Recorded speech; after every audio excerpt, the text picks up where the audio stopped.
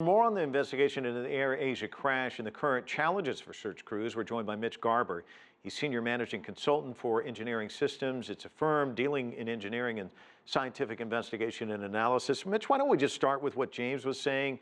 Just the difficulties, the complexities, all the questions out there right now. Just how tough is this? Well, obviously, tough for almost everybody involved. Tough for the folks who are searching for the wreckage and the bodies and the black boxes. Tough for the families. Tough for the investigators who would really like to, I'm certain, get on with the task of trying to find out what happened here. Really a very difficult time. A lot of issues still completely unresolved, and a lot of things that they're going to have to wait for. Really at the hands of the weather right now. Yeah, you mentioned the weather. You know, the Malaysia air disaster, it just seemed like a needle in the haystack. There seems to be so much hope at the initial phase of this that, geez, they were finding stuff, but the weather conditions have just been miserable. Some experts say the pingers from the black box recorders could be buried under silt, making it harder to detect. Talk to me about that. How much of a challenge is that? Do you think that's a possibility? Well, I think there's quite a number of possibilities. It's very, very difficult to deploy the detectors in these high waves, high currents. There's going to be interference from other noise that's going to be going on because of the weather and those currents.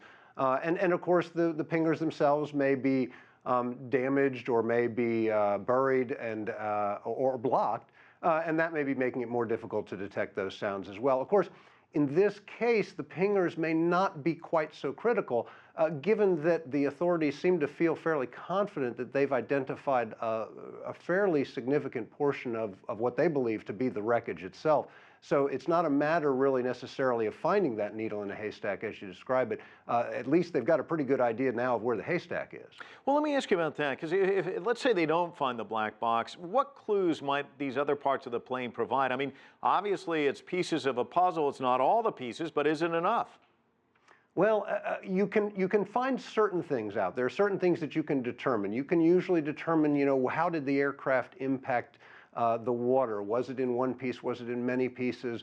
What were the kinds of stresses that it may have been under? And you may get lucky enough to find something that is of critical importance, a damaged part or an anomaly that may lead you towards other issues that may have been dealt with. But without that recorded data, you don't really get that deep into the why. What was going on? What was going on in the cockpit? What kinds of information were the individuals able to evaluate? And what kinds of actions did they take as a result of that? How did the plane respond? All of those questions really are very much dependent on that recorded information being obtained and those black boxes. And Mitch, as you look at these weather conditions, you know, the murky water, all these issues that they have to deal with, I mean, initially it looked great. It was in shallow water. The search area might make recovery efforts easier. That has not been the case. Less than 40 bodies recovered. How many bodies do you think they'll be able to get? And what do you think the odds are that they can get the rest of the wreckage? Well, and that's, again, it's going to be dependent on the weather and the conditions. They may end up having to use other methods for getting this up from the sea bottom. In TWA 800, the sea bottom was ultimately trawled to bring up all of the wreckage and the remains that were still on the sea bottom prior to leaving that area. So it may be that there are other methods or other techniques that may need to be brought to bear, but I think we're still pretty early in it, and it's been a rough period right now, particularly with the weather the way it is this time of year there. But I think that there's probably still a lot of hope among the searchers that they're going to get some breaks where they're going to be able to get down there and maybe do some things that they have not been able to do to this point. Well, let's hope that's the case. Mitch Garber joining us live from Atlanta. Thank you.